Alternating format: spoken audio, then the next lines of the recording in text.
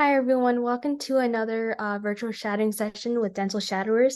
My name is Crystal, and today I'll be facilitating the session with Dr. Boghara, who is an aesthetic dentist. Thank you, Dr. Boghara, for taking your time to hold this session with us on our platform. And whenever you're ready, you can start your presentation. Cool, awesome. So I'll start a little differently than I think most of the other people have. My name is Dr. Yash Boghara, but you can just call me Yash or Dr. Yash, doesn't really matter to me. And I think the most important thing that I'll always harp on at the end of the day is um, what's your vision? Because at the end of the day, that's all that's really going to matter. It's going to get you through the good times and the tough times, especially the tough times when you're applying to dental school, going through dental school, questioning why you even want to do this. And that background is kind of a representation. I think my overall goal at some point is to just be a dentist by the beach or live somewhere in a town where it's close to the beach. So those are like palm trees or some trees from on my trip to Mexico. I love it down there. I tried to figure out a way to practice down there, but it just wasn't as lucrative as it was in the States. But that's one of my driving forces in life, that it's a place I want to live and be in, and dentistry gives me the opportunity to do that. There are aspects of dentistry I love and I'm excited about, but I'll touch on those later. But I think these are just one of those things that can be super helpful. All right. So about me, like I'm not the brightest guy. I graduate in the middle or bottom half of my class. I work hard, persistent. I think the most important thing is I find efficiencies to make my life in dentistry as automated as possible. So as you'll kind of notice, I may touch on certain topics about systems. And this is something important I learned when I was a pre-dental student and then transitioned to dental school. If I had systems in place, my life was a lot easier. As soon as I started to go out of it, it became a lot more challenging for me. And studying is like the one thing that I hated doing. I'm not a textbook person. I'd rather watch videos, listen to somebody speak, anything but sit there and read a textbook. And I love reading books. I don't know, textbooks weren't my thing. So I was always just trying to figure out the most efficient way to consume the material that I needed to. And in turn, that helped me out quite significantly when I was in dental school, just because the volume of information was so much. And so it was probably one of the best things that I decided to figure out. I enjoy meeting people when I'm an optimist. I think those two things are important, especially the optimism part, because I don't really complain about things. And two, everything is kind of like sunshine and rainbows for me. That may not relate, like not everyone may relate to that, but it just kind of gives a background to how I approach life, and honestly makes it a lot easier. I can't say I always was like an optimist, but I learned some cool things from some mentors of mine, and they kind of imparted on me the idea of like, don't take life so seriously. And two, if you choose to look at things like the glass is half full, or life ends up being a lot better. So education wise, I graduated from Temple technically in 2017, and then dental school in 2020. So much like some of the previous people you've had on recently, like Dr. Belodia, I did a 3+4 program. And then I ended up working at Smile Culture Dental. They have a pretty great social media presence. So if you guys want some entertaining TikToks and stuff, that is where I worked as soon as I graduated from school. And then I recently moved to Nebraska due to some life changes, and I had a fee-for-service practice here. And I'll kind of touch on the model that I'm trying to work at as just something different that dental students, if or aspiring, dental students and eventually dentists, all of you guys may not necessarily know. And if you do, that's awesome. But this is something that's different, and not the fee-for-service part, but what I'm trying to do. So everything I kind of did in dental school, this will kind of give you an idea. I was part of a business mastermind. I helped start a cosmetic like dental society, which was the aesthetic society. I continued to shadow private practice dentists. That is one thing I will always tell every student, like always be shadowing, learning from people who are doing what you want to be doing. So if you want to be a dentist, great. But if you want to live a specific kind of life as well, try to find dentists who are doing that. I think dentistry is one of those great professions that are still left where you can take care of patients and be in this art of healing. And two, also live a really great life. You really can. You can have freedom and flexibility however you want. And as I touch on my years of working from year 1, 2, 3, and now I'm close to my fourth year of private practice, each one has been slightly different. And when I reflect back on it, dentistry has afforded me many opportunities that I don't think most professions would be able to, especially not like traditional medicine, starting out at this young of an age.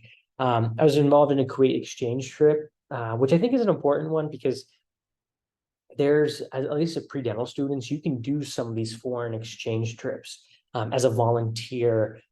You may not, you know, you may help out with education. You may help out with translating if you know more than one language, but it's really cool to be able to go to an underserved area, whether that's in the country or in your town or abroad, and be able to learn about the dentistry there and give back. And some of these trips, at least in Kuwait, I mean, they're pretty darn advanced when it comes to dentistry. Like, I mean, we have a lot of great stuff here, and they take it 10x in terms of the technology and different things they have. So instead of sometimes maybe going to underserved places, you can go to places where dentistry is very advanced, and you can learn more about how dentistry works on a global scale, because I don't think it's as straightforward as maybe medicine has been to an extent of there's like certain policies and generally how health systems work. I think globally it's kind of similar, but dentistry changes country to country, from South America to Europe to Asia to America. It's different. And the most important thing, which I think all you guys will love, is I was on the admissions committee for pretty much all 4 years of dental school. There were parts where I was an active role on the committee, and then there were other parts where I was helping facilitate interviews and introduce myself to most of the students that were applying to be dental students. And even now, I still sit on the committee to an extent where I will interview students every year that are applying to dental school. So after I graduated, as you can see, year one at Smile Culture, I was at 2 clinics. So this was right after COVID. And so I missed my last 4 months of dental school. And then I don't know what was going to happen. And then sometime in like July, the state was like, hey, we finally are processing licenses, so you can get yours. And so I just hit the ground running. And since it was still COVID time, it was a lot of emergency-based dentistry. And so I was running the largest office kind of by myself. And there was another doctor there as well. And there was another office that was part of the group that was closed down during COVID. And it was built right before COVID had started. So it was a startup location in the office, or in the group, and really nice office. But COVID kind of reset everything. It was picking up steam, and then it was completely shut down. So I helped restart that office, usually working there at least once a week, if not twice a week. And the office was only open when I was there. It was never open any other day until we got things rolling in year 2, which I'll touch on. I was working about 45 clinical hours a week at minimum. So that doesn't sound like a lot, because if you think about it, it's like a 40-hour, if you think of like your traditional 40-hour work week. But dentistry is a very taxing profession from a physical standpoint. And if I'm running, as you can see, I had 2 to 3 columns of dentistry on any given day. Many days I would come home and I'm like just physically burnt out or exhausted. Just from the sheer amount of patients I was seeing, from sometimes 20, 30 patients a day, 40, 50 on some days, including hygiene exams. So it would get really busy. And especially during COVID, you're usually doing a lot of same-day treatment to get patients out of pain or discomfort. And a lot of it involved pulling teeth. So on top of seeing a volume of patients, pulling, hundreds of teeth on a week can get pretty darn tiring at some point. And, other dentistry that's involved with that. And honestly, managing the headache of what was COVID as well. I also had a really good team, and this is important to touch on. I had 1 to 2 FDEs. So Pennsylvania has a really cool thing where some of the dental assistants can go on and get additional training afterwards and they can do reversible procedures, meaning they can place fillings. So if I prepared an area for, and let's say an occlusal or like a filling on a back molar, my assistant could actually come in and fill the filling for me. And then I would come back in and just verify everything was okay. But that kind of helped us be really efficient. But so I had at least one, if not two FDAs. And then I had one general assistant who was always with me. She was awesome, still a good friend to this day. She is like a super assistant. So she was not an FDA, but there was she was almost like having a second set of hands. So if I had four hands, that's almost what it seemed like. And that's something I think you'll tend to value when you guys are all dental students, to just have someone who can read your mind, kind of like a yin and yang scenario. My first year out, I mean, really was just getting my speed up and doing all the dentistry. So though I think I, currently cater towards more comprehensive and cosmetic aesthetic dentistry, back then I was doing everything. So there was no selection of like, oh, I only want to do veneers or I only want to do implants. I mean, I was placing implants, I was doing fillings, crowns, like every patient was something different. I was seeing kids and adults and geriatric populations as well. So it was really just doing it all. Year two, same kind of scenario, two clinics. I was still at the main location where it was like 20 plus chairs, keeping things busy. I was not physically working out of all 20 chairs. I had about on any given day between 2 to 4 chairs worth of patients. That doesn't mean like every hour I had 4 patients sitting in a chair, but typically it'd be one column. I would have what we call like productive dentistry. So I'm doing fillings, crowns, any kind of treatment. And then the second column would sometimes be follow-ups, denture adjustments, things that are pretty simple. And then the third column could be emergency scenarios. So patients coming in, they don't mind waiting around for a little bit, but as we're kind of getting the patients who are scheduled, we would try to fit in the emergency patients, and the rest of the team would be helping out with that. So anyway, I was working with the 2 clinics at the main location, and then we actually helped onboard a new office as well. So I was helping out with the process in taking an office that was part of a different group that was closing down, and then we added it to our group at that time. And then I was divvying up my responsibilities. So then I was working 2 to 3 days at the main office that I'd always been at. And then I started working about 2 days a week at the other office as well, to kind of implement new systems and get things onboarded to be like the rest of the company. This is where you'll notice I started working about 31 hours a week. So I only worked Monday through Thursday at that point. And this is one of those cool things about dentistry that my first year, I would work sometimes Monday through Saturday, and then Monday through Friday the following week. So almost every other weekend was only Sunday was like the only day I had off. And I think I was burning out, and I was getting pretty taxing. My speed had also gotten a lot better as being a dentist. And so I was like, you know what? I don't want to work that much. Like if I keep doing this the way that I am, I'm going to break my neck and probably be one of those like older age dentists you see in like a scary movie where they're like all hunched over. And so I cut off my Fridays, and I'm like, I'm not working on Fridays anymore. And I would still go in. So I don't want anyone to think that I wasn't, going in on maybe Fridays or Saturdays. What we did was, if I had a really big case where I didn't want to get it from the chair, if I was prepping a bunch of veneers or pulling a lot of teeth and something that required my sole attention and focus, then that Friday would become like that optional day where the patient would come in and I would spend all day or however much time we need with the patient to just do that one procedure. And again, it would be multiple hours, but the nice part was there was no hygienist, so I wasn't stopping and doing any other exams. It was just me and the patient and assistant and whoever else was part of that team. This is also the time where I touch at the end where I switched to more comprehensive cases and more challenging dentistry. I think especially at some point in the local community and through our social media work with Smile Culture, we definitely got a lot more popular from patients standpoint of like people who had dentistry done and maybe weren't happy with it. So we're doing a lot of revision dentistry.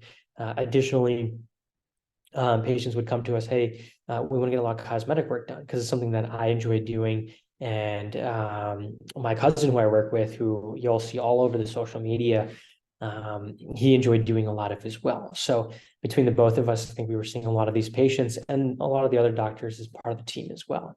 We would also do a lot of surgery. So taking out teeth, placing implants, a little bit of everything. And so that's what I transitioned more towards. That didn't mean I ever stopped doing fillings or crowns or what everyone would define as bread and butter dentistry. It just became more involved in terms of how can we replace the teeth and solve the main issue that's going on. And there's a distinction. And I'll touch on this once I get to the practice I'm at right now in Nebraska, but you can do single tooth dentistry, and it is very rewarding if you enjoy doing it. Meaning you're seeing your patients for your regular cleanings and exams, and you're like, hey, we have to do a filling on the top tooth here, and then maybe 6 months later, do a filling on a different tooth. And so you're just working one at a time.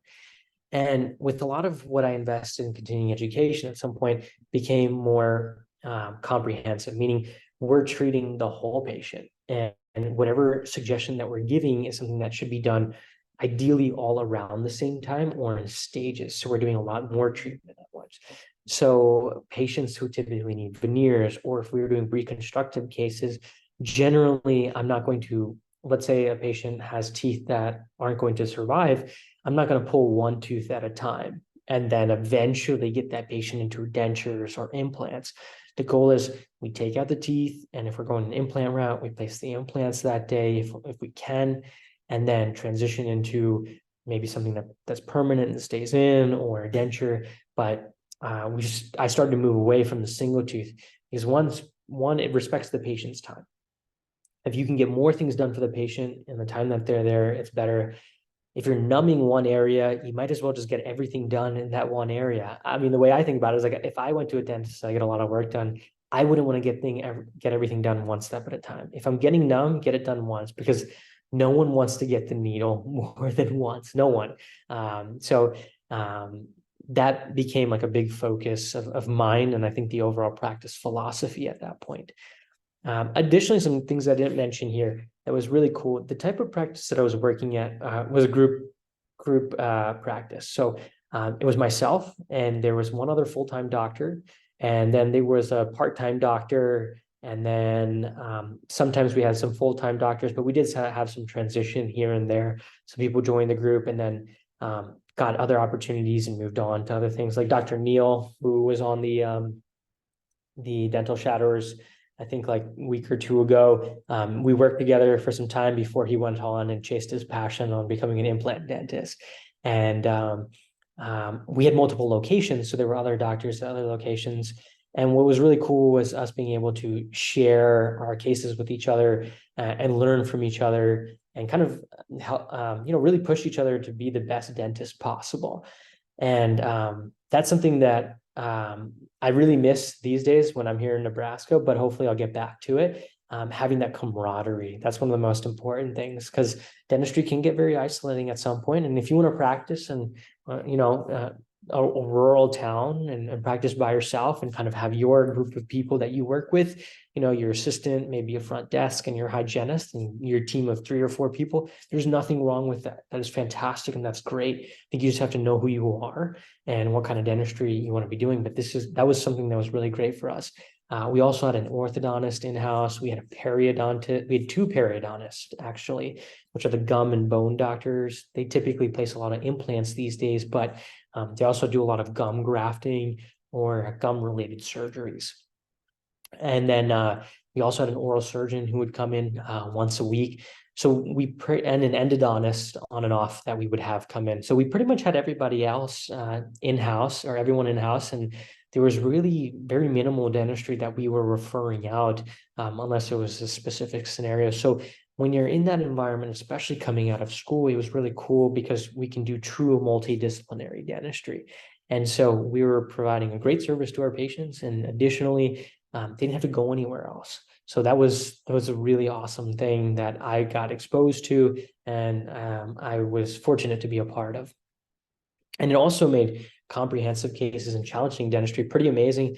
just because if I did my portion, then the next doctor could come in right after that, and the oral surgeon could take out some of the teeth that were more complicated. So that collaboration was incredible. And then recently, about July of this past year, I moved over to Nebraska. Big life change, going from my whole life being in Philadelphia to moving to Nebraska was definitely a change of pace. But I'm now at a fee-for-service only clinic. So the group that I was part of at Smile Culture, we took insurances. There's nothing wrong with insurances, but I think the model of dentistry that you kind of have to do lends itself to oftentimes what is generally faster paced. So patients are kind of coming in and out. The doctors may be seeing more than one patient at a given time, and it's just very busy. You're seeing a lot of volume, and then your reimbursement rates can oftentimes be a little bit lower. Here, lower volume. I may see just a few patients in a day.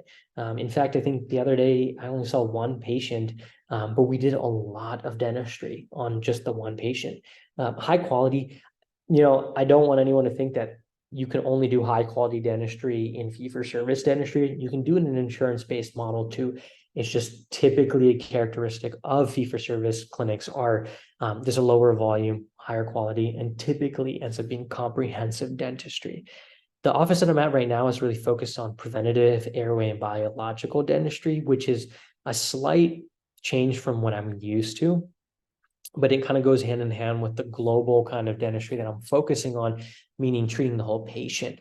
And so I got a lot of really good training in doing veneers, full mouth rehabs, and I don't shy away from patients who come in and they haven't been to dentist in a very long time. And we can rebuild them back to having a solid set of teeth or some sort of prosthetic that will give them the ability to eat, chew, smile, and feel great about themselves again. And this starts to go hand in hand with it. But when you start to think of like airway dentistry, that doesn't really deal with teeth as much. Sometimes it starts to factor in the soft tissue. So the tongues, if you have sleep apnea, that can fall into dentistry as well too. How we may treat it may vary, but these are things that are important and something new that I'm learning about and adding into my repertoire or of dentistry. Just for an idea, I have two general dental assistants. Nebraska doesn't really have FDAs, so I'm doing everything from start to finish. My assistants obviously are there to help me out, but they're not doing any dental treatment on the patient like I had in Pennsylvania. And then the other difference is I'm a true associate here. So I come in, I do my work, and then I leave. And the real model that I'm shooting for here is where I'm more or less a traveling dentist. Right now, I'm working at this main clinic, but the goal here is that I'll actually be at multiple clinics and working maybe 2 or 3 days at this one clinic that I'm at right now, and then 1 day a week at a different clinic, and then another day just traveling around doing other types of dentistry. And I think that that's something that in dentistry I can do versus other professions you may not have the luxury to. And if I'm going to compare it to medicine, it's sometimes harder to be a medical doctor. You don't typically travel hospital to hospital, or you don't necessarily always travel clinic to clinic. You're at the same place and patients will come to see you.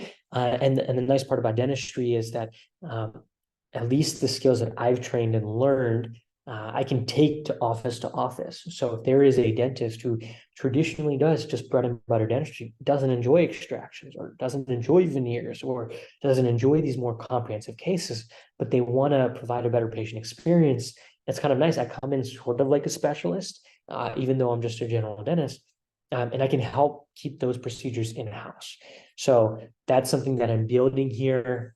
It takes some time and some work, and I'm only been in Nebraska about, I want to say, about to be 2 months. So it's going well, and you can always keep in touch with me, and I'll follow up and keep you guys posted on the journey. But I think that's important because when I graduated undergrad and was going to dental school, and the only dentistry I'd known was what I had shadowed and seen.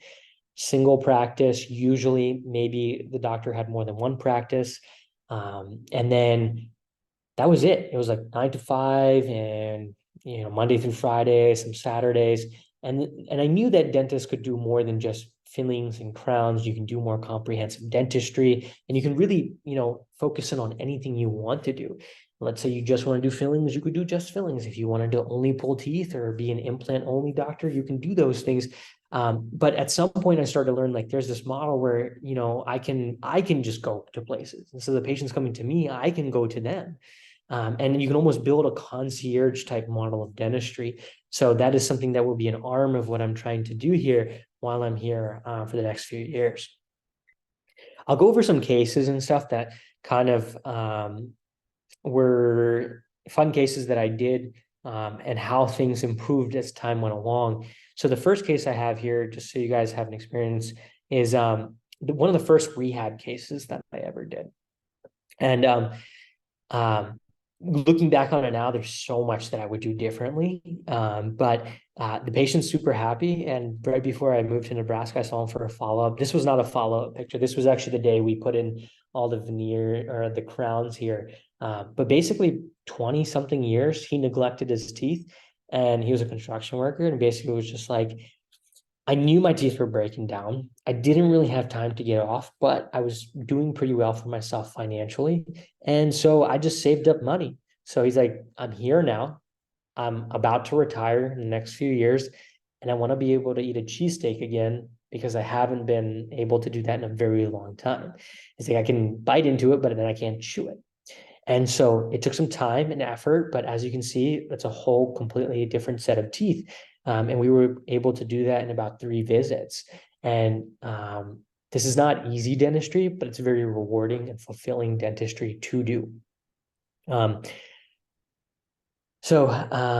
this one went was a very traditional model. I know you had Dr. Joey on a little time ago, and he's a very digital heavy dentist. So the way I did this was very bread and butter and old school. So I worked with the lab, and we created what the final smile was going to look like. So essentially we had a wax up. We took some models of his teeth with some impression material, poured them up, and then we used wax and created these shapes of these teeth to an extent. And then what we did is at that time, based on medical history, we had to do the top set of teeth and the bottom set of teeth over 2 days. And so he came in the first day, we prepared all the teeth, and he left with a set of temporaries that mimic the shape of the image you're seeing on the right. And then we did the same thing again the next day, and we built his bottom set of teeth. He was in a set of temporaries for a few weeks, and that was where we fine-tuned certain things. So he started off with a really bright color because he's like, Doc, I want the brightest teeth you can give me. So we did that in a set of temporaries. Comes back about a week later, he's like, I hate this, like, it's too bright. And I was like, no problem. And he knew that, these are all things that we told him ahead of time. I was like, I don't know if you'll like it. I mean, you're a little bit later on in life, like, you're not going to want this Hollywood bright white smile. And he came back, and we dulled it down just a little bit and took down and kind of gave it some more warmth, and it kind of fit his personality better. And then he was super happy with it. And so he was like, let's rock and roll. And so we had our lab mimic what the temporary sort of looked like, and we built this for him at the end of the day, which was, in my opinion, a really great service for the patient. If I were to do things over, I think cosmetically there are improvements that they would make, but I tried to talk him into it later on when he came back, and he was super happy. So he had no reservations. He's like, Doc, I'm good. I can eat my cheesesteaks. That's all that matters. And I'm like, and he's like, I can smile in my family photos again. That was another important thing. So it was a great service that could be done for the patient. And this is what I meant by comprehensive dentistry. If we did one crown at a time, we could not achieve this result, because this is the type of dentistry that just has to be done all at once. Otherwise, you risk, if you did one tooth at a time, the restorations you make breaking. Plus, it would just look awkward. If I only did his front 6 teeth, right, and made his teeth super bright, and it would look really weird because none of his other teeth match that. And so it's one of those scenarios where I was like, look, if you want to do this, we really just have to do it all at once. Like, we can't, break this up. If you want to do the top first and then the bottom, we may be able to get away with that. But this is a smile on the left side. He's a little bit numb on the right side, but he kind of went back to smiling similar to this a little bit. So I'm like, if you're going to show all your teeth, then, you know, you don't want to have super bright teeth on the top and then, you know, all the stained and broken down teeth on the bottom. And he understood that, and we were able to deliver this awesome result.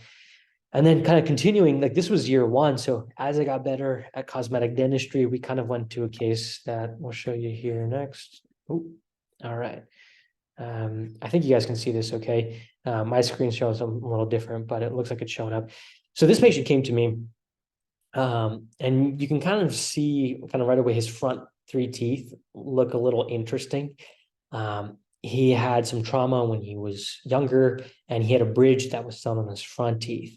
And then he went to another dentist, and they were starting the process of redoing the bridge.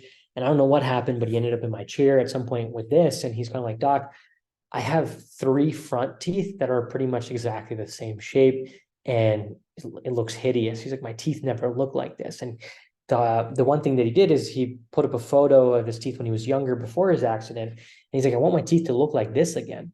And they were much nicer, a lot more proportional. And what happened here was the front two teeth looked okay. Yeah, the color is off on that front right one, but that's super white. But they didn't account for the shapes or proportions of the teeth. And so that's why it looks like his front three, like main three teeth just look super awkward versus, you know, the left side of the screen, his smile looks to be okay there. And then the right side, if you go towards the back, it looks to be more proportional. But we were able to do this case all digitally. So what I ended up doing was I took our scanner and scanned him completely. And then I took a bunch of photos of his teeth. And what I did with the lab is I was able to actually digitally create what the final shape and teeth were going to look like on a 2D picture. And then from there, I was able to generate a set of like final teeth that look a lot more in proportion. And so this was kind of the result that it looks like here. At the end of the day. And don't mind those little white spots and stuff. That's a camera artifact. If you can see those little dark spots on the screen. But this looks way more proportional in his smile. I don't have a current picture of when he was not numb here, and you can see his lip is rising down just a little lower. But these look way more proportional. The front two teeth, same color. And then as we go on to each set of teeth outside of that, to the lateral incisors, as we call them, they're definitely way more proportional and symmetrical. The camera settings were a little bit off, so I assure you that in real life, when he's out and about and in the sunlight, his smile looks perfect. And this was a really great service, and we kind of changed his life and gave him his confidence back. And that is one of probably the most important things to me in dentistry, to be able to do something like that, is to give people their sense of confidence back. Going on, there's another case of some cool stuff that I'm doing. Well, actually, I actually forgot to put this one in here, but this is a simple one where you can start to mess with photography, and you can see that this is these aren't edited. It was just taken based on some soft boxes, but you know, the simple things are rewarding too. Where he came in, he's like, Doc, I chipped my front two teeth. So as you can see from the left to the right, we just used some simple bonding material, fixed his teeth right up, and he was good to go. So this was not a case that required a lot of work, pretty simple and easy fix. And patients are on their way, super exciting. And it's very fulfilling to be able to get patients to smile again. I had to force the smile on the left side. He really didn't want to smile. So whether that, I forget if I said a joke or something like that, but that would give me an idea of the frame of his face and the smile to be able to build him something that made sense. But this is something new that I'm really excited about and I'm working on, which is this next one here. And so this patient has these white splotches on her front teeth that you can kind of see on that front main tooth. And then the two towards the left side of the screen, you can see there, these milky white stains. And these were formed kind of when she got her permanent teeth. She might have had some trauma when she was a kid, and then the teeth didn't form properly in these scenarios. And then she ended up with these white splotches. They're not cavities. It was something she was kind of born with to an extent when her permanent teeth came in. And for her whole life, for the last, I don't know, 10 years or longer, actually, no, 15 years or so, she's been living with these and hating it. But she never wanted to get her she never wanted to get her teeth drilled down or like veneers done. She just was waiting for some sort of solution. And then there's this really great product called Icon. And so it's neat. So we put a little rubber dam on here to isolate everything.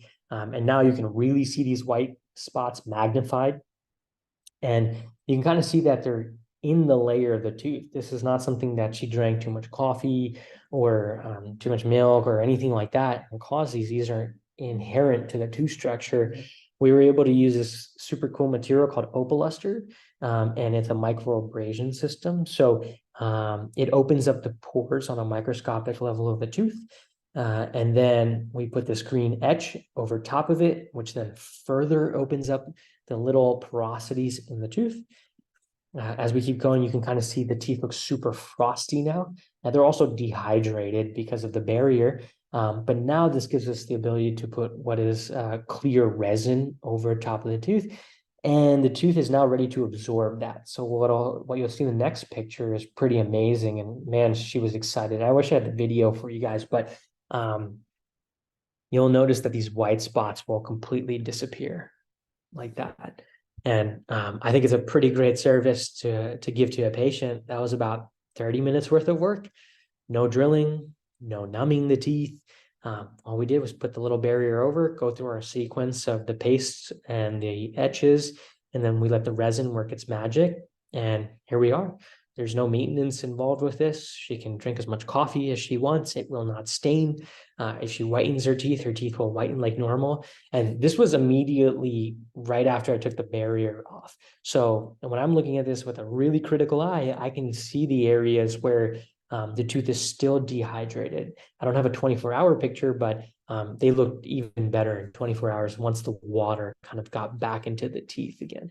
So these are some little things that are super exciting with dentistry that you can do, and different services that you can start to learn about. This is cosmetic dentistry at its finest. The reason I say that is it's in line with what the patient wanted and what the goals were. Yes, we could improve it with veneers, but she was happy at the end of the day. And that's what's most fulfilling for me as a dentist.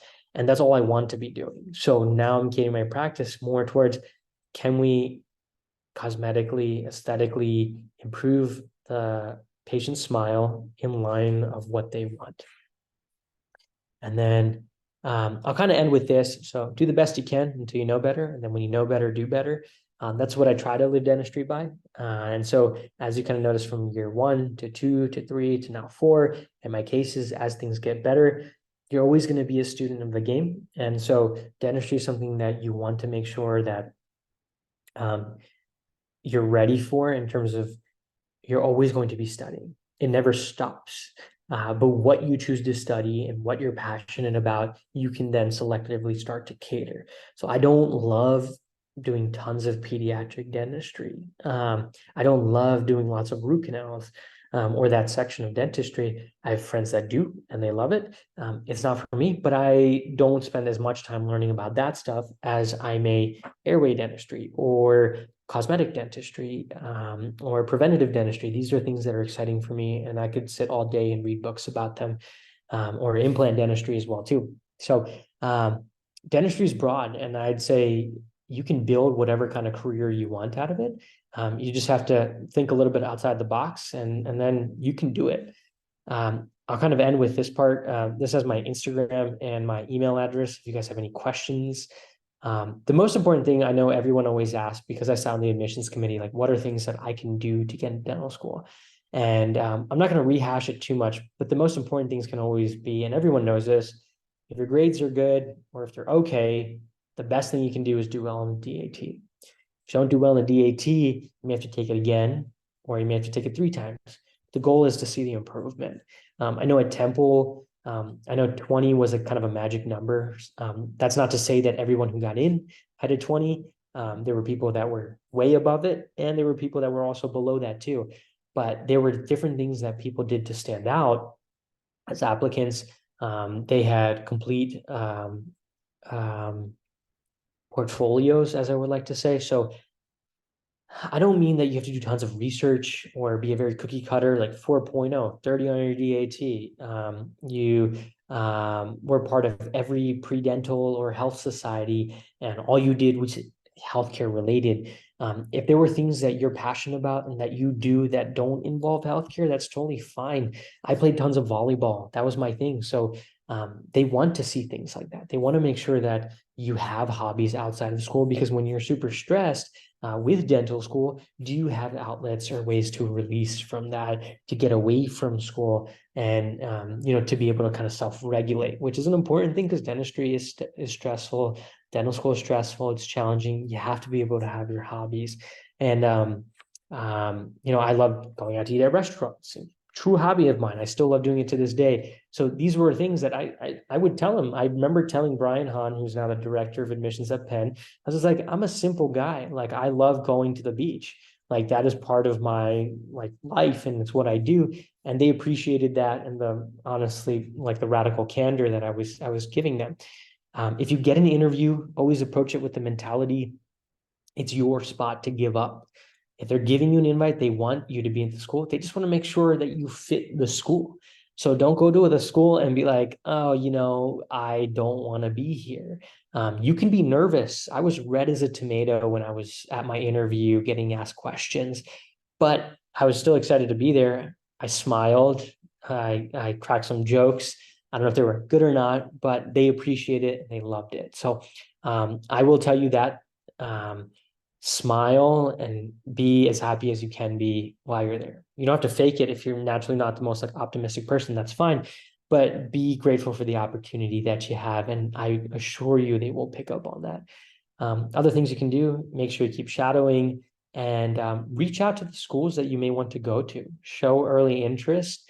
And if they have activities you can be involved in, whether that's pre-dental days, volunteering opportunities, if you can work at those schools, it helps. It definitely helps. If there are alumni that are associated with the school, working with them. I worked with someone who was on the board of directors of Temple Dental School. I just Googled a bunch of dentists. He looked like a really cool guy. Followed up with him and started shadowing him. After some time, he offered me a job, and I worked with him through part of undergrad. So it was a really great opportunity, and now he's become my mentor and good friend. So look for these different areas where you can kind of separate yourself. And the letter of recommendation was super helpful. I will say this: a letter of recommendation is not going to be the single greatest thing that will get you into dental school. Because when I was on the admissions committee, we would get phone calls from all sorts of people, the governor, like, senators would write letters. And like, while you may think that that's a really great thing, at the end of the day, what I'm looking for is, do you fit the culture of my school? Will you succeed? Grades are important. And if you struggled, that's okay. But did you show improvement? Can you overcome adversity? If you did really well in school, I mean, I was critical as a student because I know ways to scheme the system. Like, I know that you can take easier classes to help pad your GPA, but when you get to dental school, the curriculum is tough. It's a lot harder. So you have to make sure that you're ready for that. And so I would look at those, individual kind of grades and like, oh yeah, okay, you took 3 science classes in a semester and you got A's and B's, you can handle it. Right. Or if you took 1 science class a semester, and then everything else was, generally rather easy stuff. It's not to say you may not be able to handle it, but from the information that I have and what I'm given, and I have to make the judgment based off that, I may be a little bit more questionable. So definitely those are things you have to be mindful of. Now, if you work really hard and your senior year, you decide like, hey, I want to study other things, that's totally fine. Or study the things that you enjoy, that's okay. Just know that when you start to go outside of majoring in biology, chemistry, or a science-based degree, it can sometimes affect your chances of getting into dental school just a little bit, or you may have to work a little bit harder if you have, let's say, a business degree, because these filters are set up to select for first, like, DAT score and GPA, and then these schools will receive a bunch of applicants after the filtering process. Now, if you're a 4.0 student and a 30 on your DAT and you might have had a business degree, that doesn't mean you're not going to get dental school, it just means your application may automatically kind of be towards the middle or bottom of the list versus someone who was in a biology profession or major or something. Um, so yeah, I think those are some key things. I know we have some time for some questions and stuff, and I talked a lot longer than I realized, but I hope you guys were able to get something out of it. And if you have to go, reach out to me. I'm always available as a resource. More than happy to give back and mentor. Thank you, Dr. Boghara. Thank you for your presentation, but now we're going to go to the Q&A session. Sure. I did have some questions come in the chat, so I'm just going to read those to you one by one. The first question we have is, how do I choose the right dentist to shadow? I will tell you, I just Googled a bunch of dentists in the area that I grew up in and in Philadelphia. And I would look them up. And to be as honest, I mean, it's easier now than it probably was back when I was looking for it, because you can honestly search them up on Instagram or TikTok or social media and see what they're doing day in and day out. If they have the social media presence, maybe if you're in a smaller town, you may not be able to find that, but I would just reach out and either call them, email them, stop by if it's that kind of office where you can do that. And just be like, hey, I'm a pre-dental student that's interested in shadowing. I think you're cool for XYZ reasons, and I'd love to learn from you. Don't be afraid to hear no. There are a lot of practices that they'll say no, like, we're not accepting students right now, and they'll try to be nice about it. But some dentists just aren't about it, and that's okay. But maybe try to look up people that you find inspiring in dentistry, or maybe something you're interested in, and just go and shadow them. If you lose a day shadowing from them, at least you learn one of two things: something in dentistry you may not like doing, and two, you're like, okay, well, at least I got 8 hours here, or I spent the day. But I'm going to go find somebody else that maybe I'll shadow on a more routine basis. So yeah, just Google, and then don't be afraid to call or email, and call maybe once or twice if you don't get any responses. But generally, I would say if you can find them on social media, send them a message and be like, hey, I'd love to come and shadow. That can go a long way. The next question is, when you're applying for dental school, what did you look for in that particular dental school?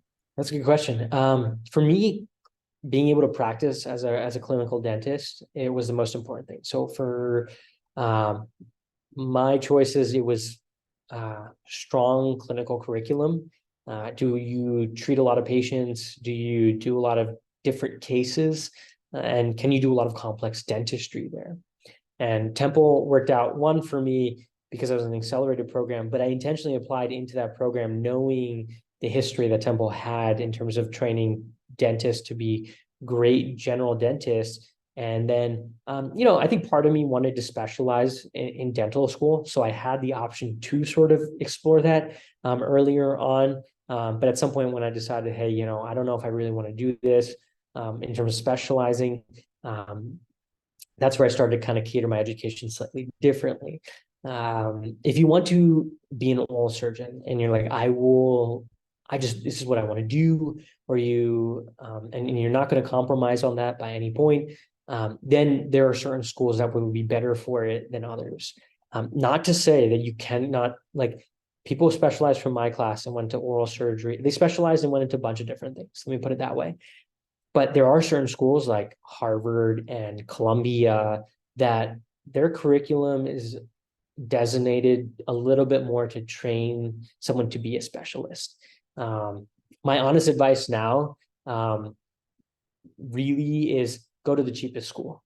And if you want to be an oral surgeon or you want to specialize in orthodontist, whatever you want to be, you can make it happen. Just work a lot harder, but don't pour yourself into a ton of debt to become a dentist, because now everyone's circumstances are slightly different. Maybe scholarships, one thing or another, but I would be weary of wanting to go to a school where I'm paying $120,000 a year in tuition, and then maybe lifestyle expenses like a room and board on top of that. It's a lot to pay back, and you can make a lot of money in dentistry for sure, but how many years are you going to spend trying to pay that back to an extent versus are there other avenues available to you? And I'm not trying to convince anyone out of being a dentist. It's just, I think the honest reality is if I had to take, truthfully speaking, because some people ask me, if I had to take out more than like 300,000, maybe 350, actually probably 300,000 to become a dentist, I would start to think twice about wanting to pursue that. Just because it's like I would know the type of dentistry that I would have to do to then pay that loan on a monthly basis. And would I want to wait that many years to then be able to be like at year 15 or year 20 to finally be like, okay, now I can finally practice the dentistry that I want to, but at what expense, and that was me knowing myself well enough to be able to make that decision kind of earlier on. And knowing what I know now, I don't know if I would have been happy just practicing bread and butter dentistry and being in an exceptional amount of debt. That's a very sensitive kind of topic, and it's a little different for everybody. But yeah, I think for me, like 350 would be like a real hard line of debt that I would have to take on. And sometimes the case can be made, are you better off waiting just 1 year to then be able to apply to a different school to get into a school that may cost less? And you have to do a little bit more number crunching on that. But that is something that I advise a lot of students now to think about before jumping into going to any dental school. And then again, experience is the most important thing. I know there are a lot of new schools that are opening, and that's great because it gives you options, but you have no basis of what kind of clinicians that school trains. And I'm not saying that you can't go there. I think you just have to be able to understand and know that you are, to an extent, a guinea pig if it's a brand new school. And I don't know personally if I would go to a school that's not accredited yet, because while they always say that no school has ever run into a scenario where they weren't accredited, I don't want to be the first. The last thing I want to do is go to school for 4 years and they're like, you'll be accredited by the time you graduate, and for some reason accreditation doesn't happen. Then what?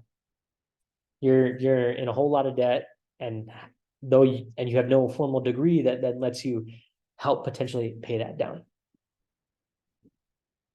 The next question is, how do I know if aesthetic dentistry is for me?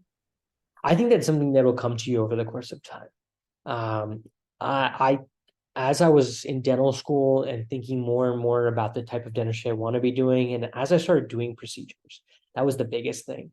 And shadowing and taking courses outside of dental school, it kind of opened me up to the avenues of cosmetic and aesthetic dentistry, where I kind of started to see dentistry in a different way. And yeah, I think the easy answer to that is once you start doing the dentistry, you'll find out real quick what you like and what you don't like. And you'll find that out as soon as maybe year 1 or 2, or year 3 or 4. And there's plenty of other people. When I go to some of these comprehensive cosmetic aesthetic courses, and for a week-long training, a lot of people are like, honestly, I've been practicing one type of dentistry my whole life, and I learned about this and I made a switch, and here I am now. So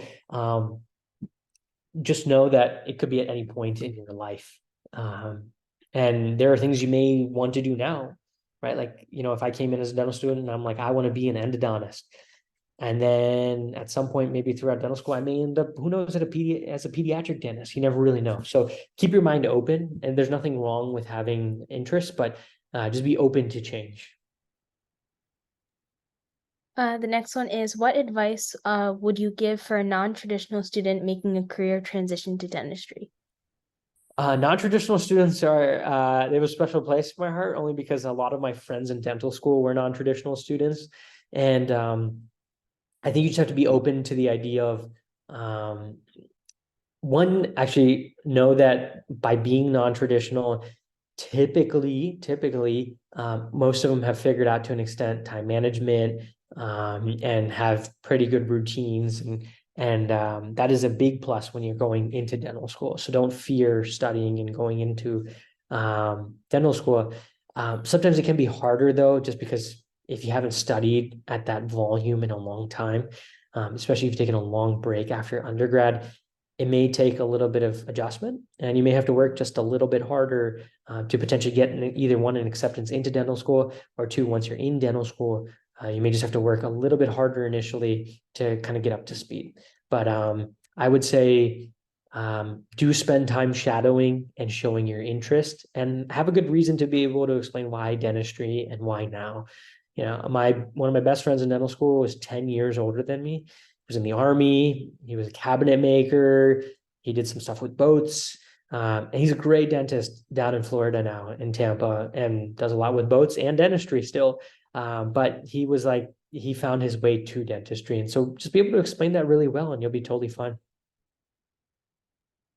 The next one. So it says, so about the college major and the importance of it in admission, I thought it would be more beneficial for us not to be the typical bio or chem pre-dental student. Instead, should we make our profile more unique and stand out from others? No, so I can see that point of view, and I have friends that have done something different, like let's say business, because they want to go into the business side of dentistry. The reason bio or chem or these are important is because it shows you can handle the curriculum that dental school is going to have. If you start to say like, okay, I'm going to do I don't know, like for instance, I almost minored in religion. So let's say if I majored in religion, okay, a liberal arts education, the big challenge is when I'm a dental when I'm on the committee, I'm going to want to see, can you handle the courses that you're required to take in dental school? And if you're only taking one science class a semester, and you're doing okay or average on it, I'm going to be a little weary as a someone on the admissions committee, that like, can you really handle it? Because dental schools also don't want to set someone up for failure. They really don't. If you're going to be in dental school, they want to make sure that you graduate and that you're committed to it. And so it definitely can be slightly disadvantageous to say, hey, I'm going to major in something completely different. Are there students who have majored in things that aren't biology or chemistry or biochemistry or something science related? Yes, there have been. You just have to be willing to put in the work to show why your portfolio is slightly different. And you have to be willing to grind it out just a little bit harder in the course of your journey to be able to make your case as to I can do this. The next one is, how would you record your shadowing hours to submit to dental school? I mean, I used to use a pen and paper. I still use that to this day. But the Notes app on your phone, I think a few simple things to keep is uh, any dentist office that I shadowed, I used to just write down notes throughout the day, things that I learned, interesting things that dentists would say or do, as kind of like a record or a journal of my shadowing experiences. What was the most challenging aspect of dental school? Honestly, for me, was the initial balance. Though I majored in biology, coming into dental school, it is a fire hydrant's worth of information that comes at you. What you may do weeks worth, over a few weeks in dental in undergrad, you may do in like 2 days in dental school. So I think that was the biggest adjustment, and I really thought that I had to hunker down and study and be the super diligent student who blocks out 4 hours a day for studying and lived by the schedule. And then I realized that wasn't me. And so when I made this switch of like, I need to live my life and make dental school second to everything, things really started picking up for me. And basically I was doing the things that made me happy. And then I did dentistry, studying for dental school in the other available time that I have. And that's not to say that I was going out all the time and, playing volleyball for 4 hours a day or going out to dinners all the time. Like I did dedicate time to studying. I just made sure I had a really good balance. And once I struck that balance, it was really straightforward. Next one was, did you ever struggle with confidence after a setback, whether it was in undergrad or dental school or postgrad? I like the what's your vision idea for good and bad times, but did you ever go through a period of low confidence? Oh yeah, absolutely. Yeah, I remember as a dental student and like, you pull your first tooth or do something really challenging and you pull it off, and then you're like, oh, this is a piece of cake, like I got this. And then you go to pull another tooth and it humbles you really fast. And you're like, man, I thought this was going to be easy. Like I got the level 10 difficulty done, no problem. And what's supposed to be super easy and straightforward, I can't seem to do. So yeah, many a times when I was in dental school, even before I started clinic, I would have that at times where I'm like, man, like, I'm like, this is stuff that I was so good at, and I'm just having the hardest time. So you're going to go through that. When I graduated, I was like, man, I had a strong foundation clinically, but as you start to learn and pick up new procedures, you're going to have to learn from your mistakes and the challenges that you're faced with. So yeah, anytime I'm learning a new procedure, there is a little bit of hesitation, but each time you're able to overcome that challenge that you see. When I initially pulled normal, like, a front tooth and then a back tooth, it builds your confidence ever so slightly. Then I went for wisdom teeth, humbled me a little bit. But you keep trying, you learn, you study a little bit more. And at some point, the dentistry becomes easier, and then it's more or less just downloading new information, right? And then it's just like now you tweak your skill or how you do a procedure ever so slightly, and you start to build a lot more confidence. I always try to stay humble when it comes to the dentistry related things, only because I don't know, maybe I'm superstitious, but there's at times where you're just kind of like, man, there are some cases, no matter how many years you've practiced, and you walk into it and you're like, this is gonna be a piece of cake, and it was not. I still try to approach it like it's not going to be challenging, but there are cases where they just throw you for a loop. So it does get easier from the confidence standpoint as you just go through the challenging work. Next question is, how do you balance your work, social life, and family life? Yeah, when I was a dental student, it was definitely a balance, right? And so there were times where I was disproportionately studying, no family time, and no social life. It was pretty much just study, study, study. And then that was when I was studying for board exams, midterms, finals. You have to do it. And then I just knew that if I dedicated 1 hour, every few days to just doing one thing that would kind of help me de-stress or take my mind off of things, then that was great and that was important. Dental school naturally has a lot of camaraderie. That was another thing I selected for. Temple, and some of the other schools that I were looking at, people were always hanging out, having a great time, very social, lively atmospheres. Um, the mentality was, for us, 140 in, 140 out. And so we were all working together to make sure everyone graduated, and we were going to help everybody else out to make sure that they achieved what they wanted to in dentistry. So I always found support with my classmates and my friends, who are some of my best friends for life, while I was in dental school. And then you have to know yourself really well. That's the other thing. So it's going to be a process of learning how much time do I need to spend with, in each facet of my life.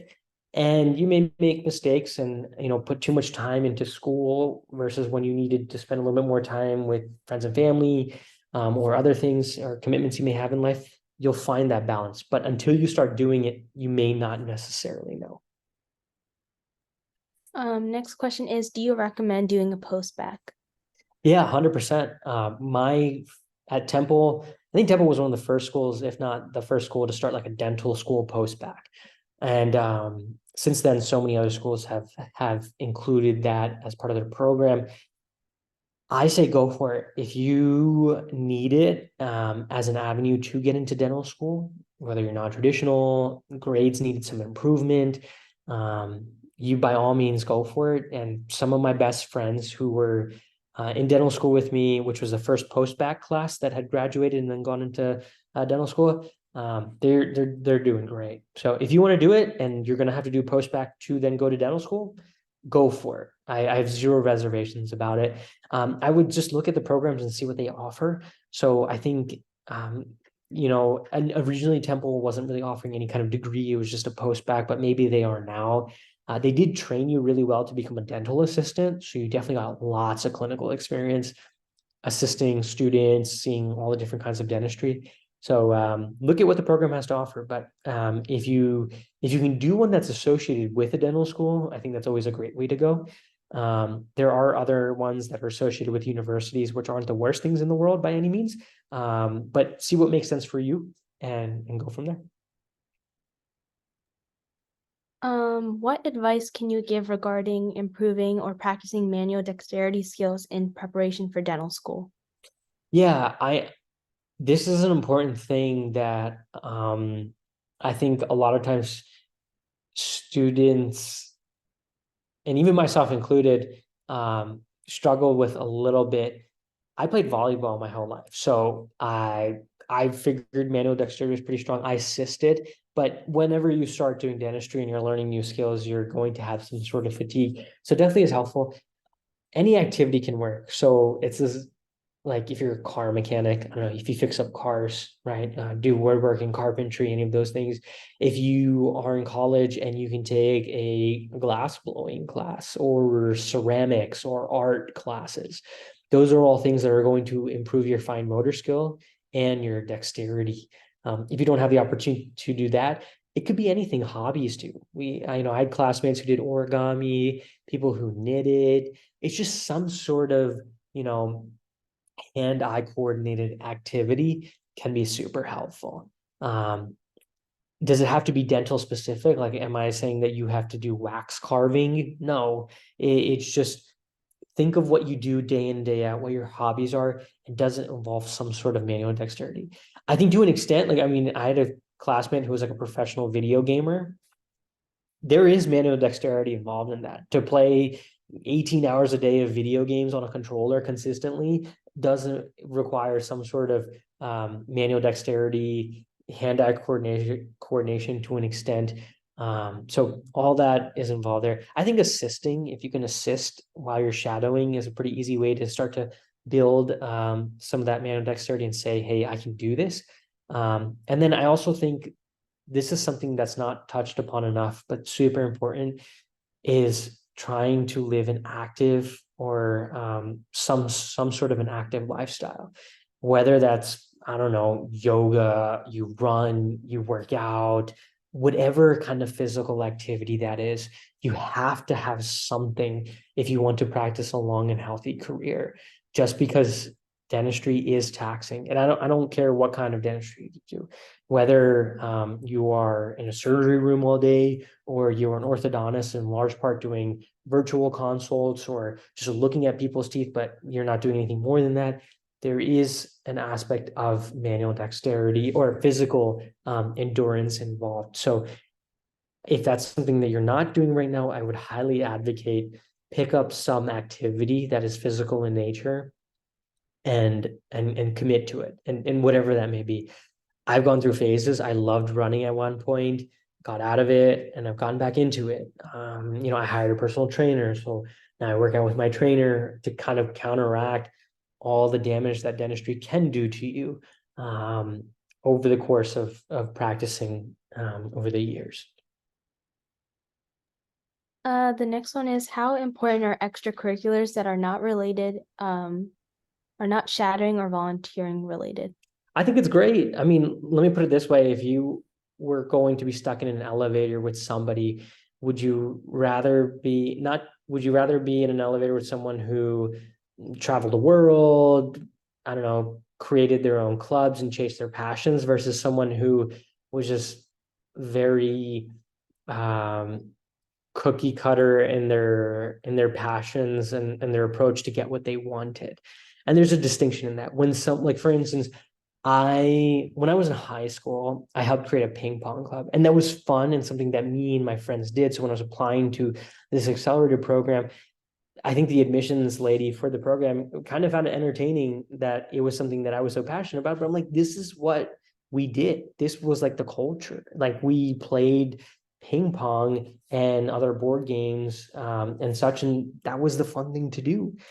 And I spoke with such passion about it because I was excited about it. It was my hobby that they appreciated it, and we had a fun conversation about it. And then I will tell you, when I've interviewed tons of dental school students, all they want to tell me is something that they've done on their resume, which is great and exciting. Of like, I did this research project, but they're not super passionate about it. And when someone speaks with passion about something they enjoy doing, there is a difference. And any admissions committee will pick up on that very quickly. So have those interests, but just make sure if you list it on your resume, be prepared to talk about it. Because if you get caught in a lie or scenario of like, oh, you know what, there may be some fibbing here, it may not, work in your favor. I think you kind of answered the next question, but if there's anything else you want to add, is there anything you do to maintain function and comfort in such a physically demanding career? Yeah, I travel. I love traveling. So I'm going to London again in a few weeks. Going out to Seattle for some dental stuff, but also just for fun to visit friends. So traveling is important to me and new experiences. So that's something I do often as much as I can. And then two, yeah, I've gotten back into volleyball again, which has been pretty exciting. I hired a personal trainer. I enjoy doing that, and it's been one of the best investments I've ever made in my own health and fitness. So that helps a ton. Now that's something I didn't do in dental school. I just worked out at the gym, followed some workout programs. It worked for me, kept me healthy, and helped counteract, the daily effects of dentistry. Now that I'm a dentist, I can afford certain luxuries in life, like having a personal trainer, and it's been super great. How many shadowing hours do you typically recommend from a general dentist? Yeah, I don't think it has to be necessarily just general, but if you can amass like 150 hours at least, I think that's a really great place to start because it really shows you, hey, like, I want to do dentistry and I've kind of seen more than that. If you do, let's say, 100 hours and like, I don't know, 10 hours at 10 different dentists, I don't know if you can get the full idea of dentistry. I think it's better to at least have one place that you shadowed, maybe 50 hours or so. If you can get at least one place where you've done at least 50 hours or more, that's super great because it showed consistency. You saw dentistry multiple days throughout a week or over the course of some months. It can really start to give you an idea on the day in the life of a dentist. And I have some people who do 50 hours at a general dental office and then have a great opportunity with an oral surgeon and do 2,000 hours working with an oral surgeon because they just picked up a job there. So do what works for you. But I think if you can, like I said, be at least 100, 150 hours, that's great. If you do more than that, generally, if you're at like 200, 250, I could ask most of the students questions, have a pretty good conversation, and they'd have a general idea what was going on. And some of these schools will test you on that. So if you put in 1,000 hours, I know what 1,000 hours of dentistry looks like. So I'm going to make sure when I'm asking you questions, I'm like, can you back up the idea of you've shadowed or worked for 1,000 hours in a dental office? Because there's some sort of expectation that comes with that. And you can shadow the clinical side and the non-clinical side, but make sure you do both. Because I interviewed a student who just did a majority non-clinical and very little on the clinical side of dentistry. And while you can put on a lot of hours in terms of shadowing, it doesn't, at the end of the day, you're a dentist first. You're not a non-clinical dentist first. So you have to be able to make sure you enjoy and two can do the dentistry involved on a day in, day out basis with patients. Last question I've gotten so Sure. far. Okay. What motivates you to come in to work and work on your patients? Yeah, that's a great question. And this has been an ever-changing answer as time has gone along, and I've kind of honed in on the dentistry I like doing. Honestly, I just like making people smile. I'm a pretty positive, happy person. And so if I can share that with other patients and to give people the ability to smile again and live out their best life, it's the most fulfilling thing, especially a lot of the dentistry that I'm focused on doing. Yes, there's one aspect of getting patients out of pain, which is fulfilling, but the type of dentistry that I do a lot of with the aesthetic dentistry, cosmetic related work, I'm giving people something that they've always envisioned and wanted. And then they go out and live their life with the confidence of having that. And when they come back to me for their recare appointments, and I'm like, hey, how's life? Or I'm following them on social media and keeping up with their life. They're loving life and living life the way that they wanted to. And to be able to have that, it's one of the greatest things. And what I explain is if there's something in life you wanted, like when you get, I don't know, a really great haircut, or you get the bag you've always wanted, or shoes you want, or when you're a kid and you got the t-shirt you always wanted, and you wear that so proudly, and you feel like a different person when you were able to have those things. And I know that I'm using physical things as an example. It's a really great feeling, right? Like it feels awesome to have that. Like a new pair of shoes is like the greatest things. Like when I was a kid and got a new pair of basketball shoes, like I'm like, man, like I felt like Michael Jordan for like 5 minutes, right? It was my 5 minutes of fame. Now think about me being able to give that to a patient who's never been confident in their smile, a full set of like veneers, and now they can live like their life, and who they appear physically as a person now matches the personality that's always been in there. So I'm almost like giving people that confidence back and the permission for them to be themselves. I And did get that's one what, more question. yeah, Sorry. yeah, sure. I did get one more question. Yeah. If I'm a dental assistant with a CDA, how would I add that to my dental application? Would those assisting hours count as shadowing, volunteering, or are they different? If volunteering is you're not getting any kickback or payment, right? So if you volunteer for Give Kids a Smile Day or at a dental volunteer event, then that's volunteering. You can use your CDA skill and volunteer. Like I volunteer as a dentist, giving my skill back, but there's no payment, there's no form. I'm doing it out of the kindness of my heart and want to help people out. So if you're doing some of that dentistry at a volunteer clinic, that is volunteering. If you are, you can count it as shadowing hours if you'd like to, or work experience, one or the other. So, yeah, you can use it as shadowing experience. If you're an assistant, I'm not going to question whether or not you shadowed it. You're doing the job, as like a dentist, right hand. That was the last question I got, but I'm just gonna wait one more minute, see if some other Cool. questions come in before we end the session. So Okay. Awesome. Awesome. let me see. Yeah, and I'll say anyone wants to reach out if you have further pending questions, you can reach out to me on email, or follow along the journey. My Instagram's kind of lame right now, but I'm like reworking it. So I've left a few little things up there, but I am active on it. So if you message me, I will get back to you. And sometimes faster on Instagram than I will through email, because I have so many other random emails that I have to respond to that I lose track at some point. I will get back to you. It just may take some time. Versus Instagram, I'm usually just scrolling through it mindlessly here and there. So I'll see your DMs. We got one more question. Sure. So this will be the last one if nobody Okay. has any other ones. But how do I become trained as a dental assistant? It's pretty tough and expensive to do one of those college semester courses. What do you recommend? Yeah, you don't necessarily need to go through a full out certification process. If you look at your state rules, like in Pennsylvania, you don't actually need to be a certified dental assistant to be an assistant. I was trained on the job by the dentist that I worked with. And then eventually I studied and got my x-ray license. And that was just an added benefit. But otherwise, yeah, you don't need to go through a proper certification program. You can be the additional help, at a dental office. So, um, yeah, I don't think you have to get a formal certification by any means. You can still be an assistant or be helpful in some way to a practice without having the formal certification.